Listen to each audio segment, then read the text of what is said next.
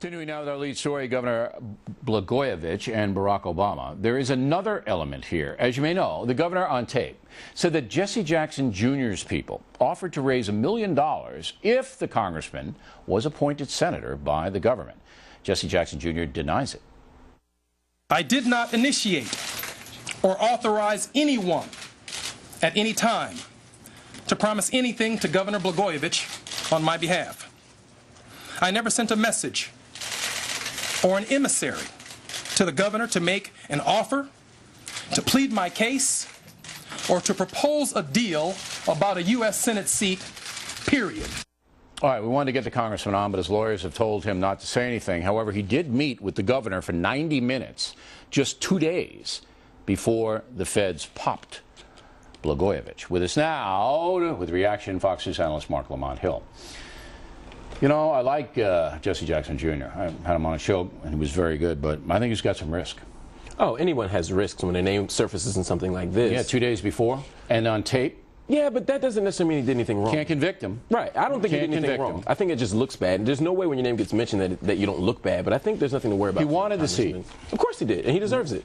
The problem I'm having here is, why would a governor say on tape, when ostensibly he doesn't know he's being taped, Jesse Jackson Jr.'s people offered to raise $1 million for me if I give him the seat? Why would he do that? Why would he make that up? I mean, I can only speculate, but we do know that Chicago politics are very, very dirty. Yeah, it's just a matter of why he would do it. No, but it's quite possible someone came in between and went to Blagojevich first, and then was going to go back to Jesse Jr. and say, look, I have a deal for you, which I think the congressman would have turned down. He has always resisted or even completely criticized backdoor politics. I don't think he would have gone with it. Okay. Well, let's both say that we hope he didn't, and that we're given a presumption of innocence. Now, if you're Barack Obama, you got to be steamed. Oh, yeah. Yeah. Oh, yeah. I mean, you know, the talking points memo is more of a, I feel sorry for this Obama right now. I mean, you know, every 2 minutes, here's another one of his past ghosts coming out to embarrass him again. Now, how do you handle this deal? What do you do?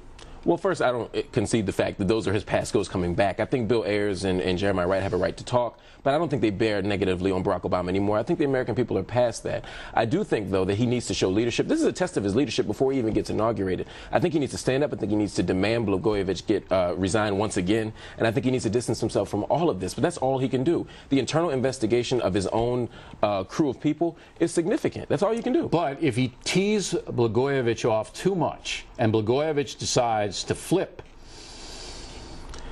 he has nothing to worry about. See, you don't know that. I think if anyone has something to worry about, to me, it's Rahm Emanuel. He always struck me as a shady figure, much more than Barack Obama. But we don't want to cast aspersions on Mr. Emanuel either. No, I don't mean criminally. I don't mean criminally. Both you and I, and we talked about this in a break, agree that Blagojevich is going to flip because he's a weasel. Absolutely. Okay, so when facing 30 years in a federal penitentiary, which is what he's going to face, he'll give up anybody he has to give up. Yeah.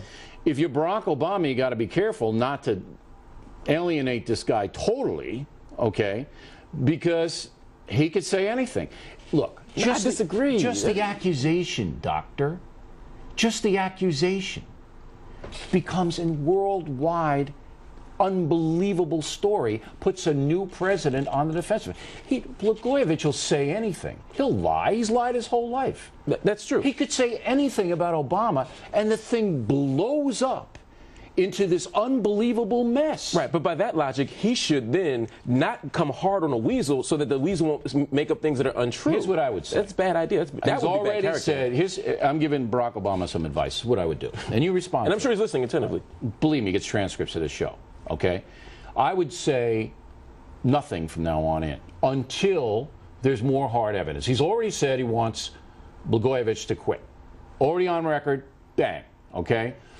He's got a month to go before he's sworn in, Barack Obama. He's got stuff to do. He's got the holidays. He's got his family. I don't want to say anything.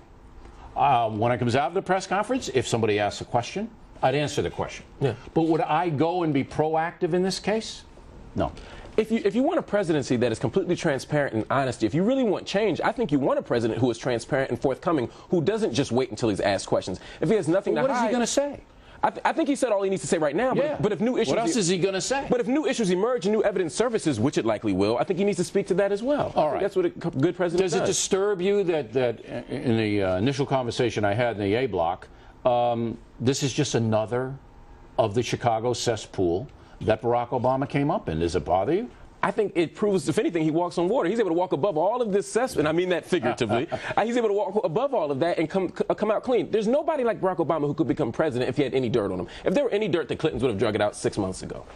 All right, it's not a bad point. Doctor, as always, Merry Christmas to you. Thank you. Happy holidays. Of course. The secular progressives cringe when you say Merry Christmas. Oh, no.